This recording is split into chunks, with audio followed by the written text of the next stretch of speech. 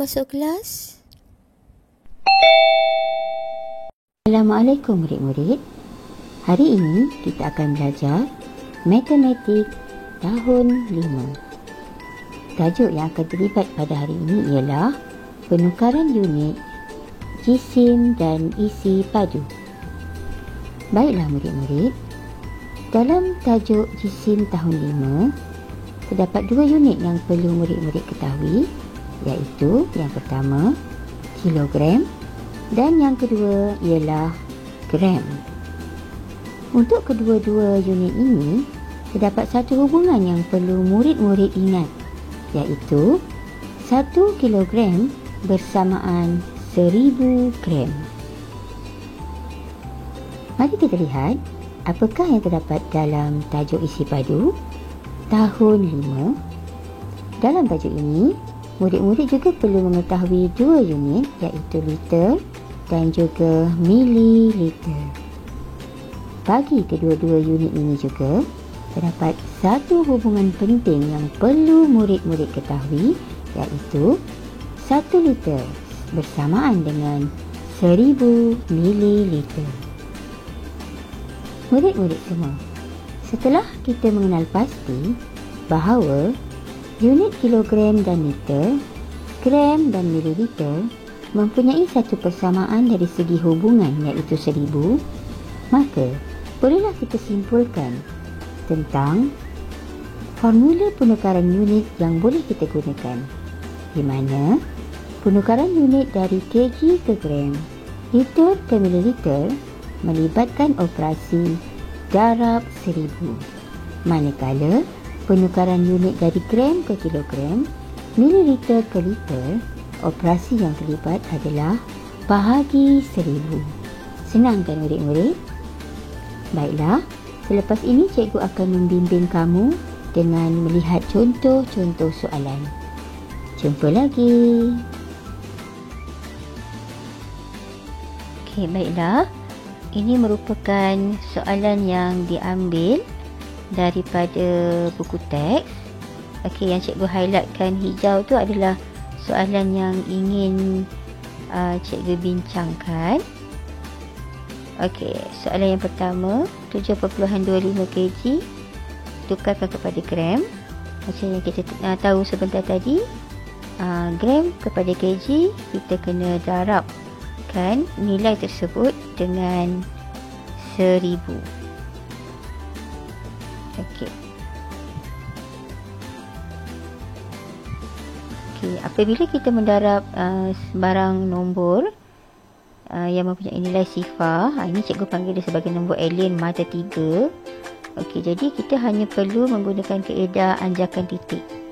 Okey, maknanya ada 3 sifar, so kita akan anjakkan titik sebanyak 3 kali.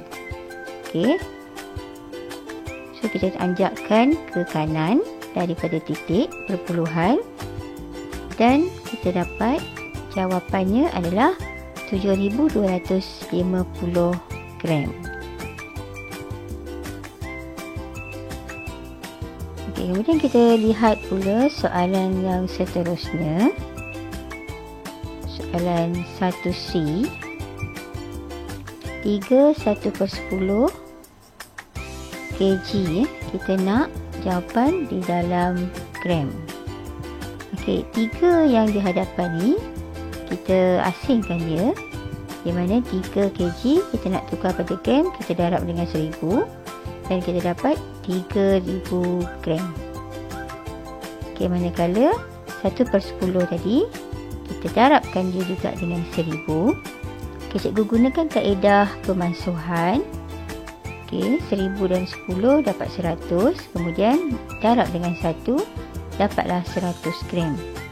Kemudian kita tambahkan nilai kedua-duanya, 3000 tambah dengan 100 gram.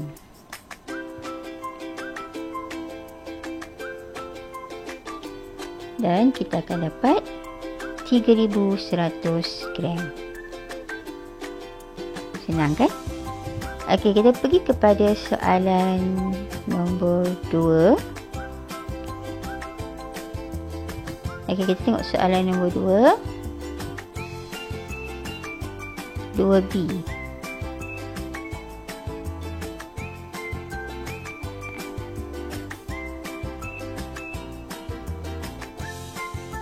Nampak tak murid-murid?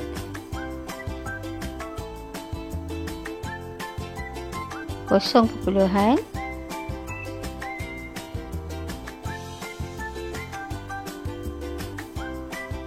maaf 1035 gram tukar kepada kg. Kita tahu gram kepada kg operasinya adalah darab 1000. Okey, sama juga macam tadi apabila kita mendarab atau membahagi dengan nombor alien. Okey, kita akan lihat bilangan matanya. Kalau ada 3, kita akan anjak ke kiri pula. Kalau darab anjak ke kanan, bahagi anjak ke kiri sebanyak 3 kali. Okey, daripada titik perpuluhan. So, kita akan dapat jawapan dia 1.035 kg. Okey, kita terus kepada soalan nombor 3C.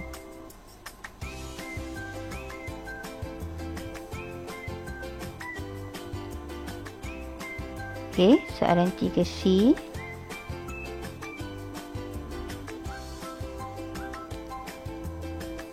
Okey.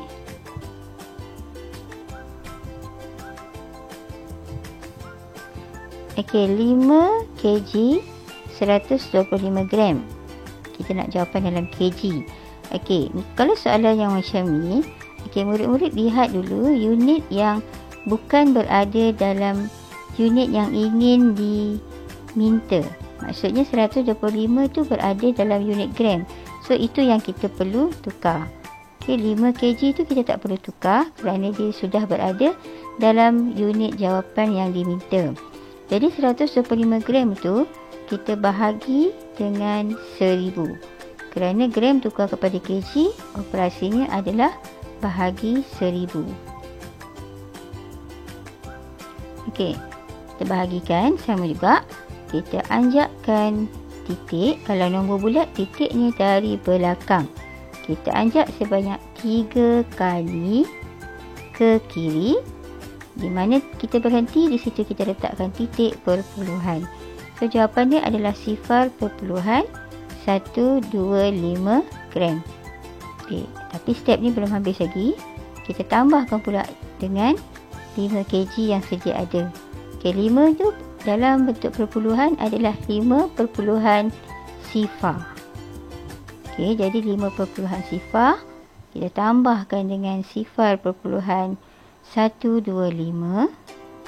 Okey, ini maknanya kita dah membuat latihan dari segi perpuluhan pula ya, murid-murid.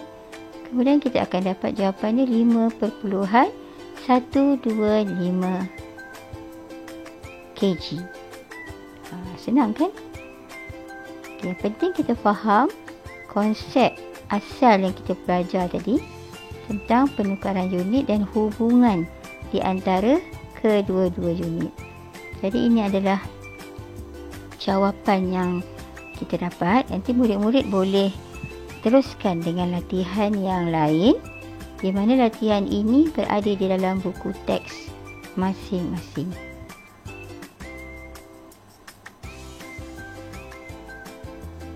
Okey.